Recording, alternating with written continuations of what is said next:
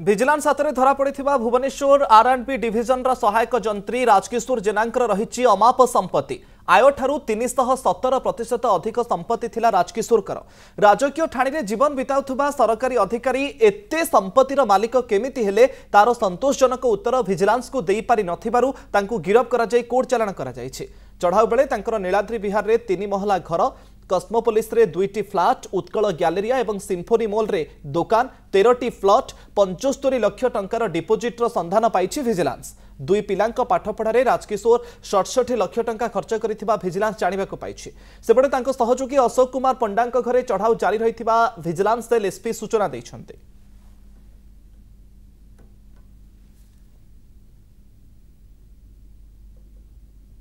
राजकिशोर जेना assistant engineer आर&बी division 3 Bhubaneswar को विरुद्ध रे आमे अभियोग पाइथिलु जे से हिसाब बहिर्भूत संपत्ति ठूल करिसंती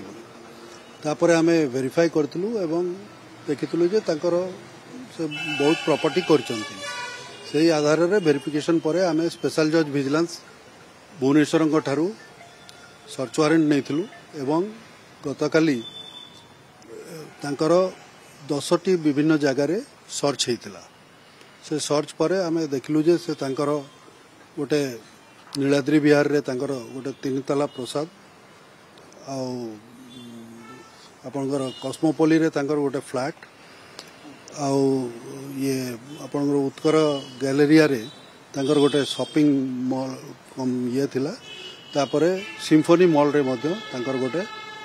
शॉपिंग कॉम्प्लेक्स थिला तापरे अन्यान्य बैंक पोस्टल और अन्यान्य डिपोजिट्स भी आमे पाइथिलु।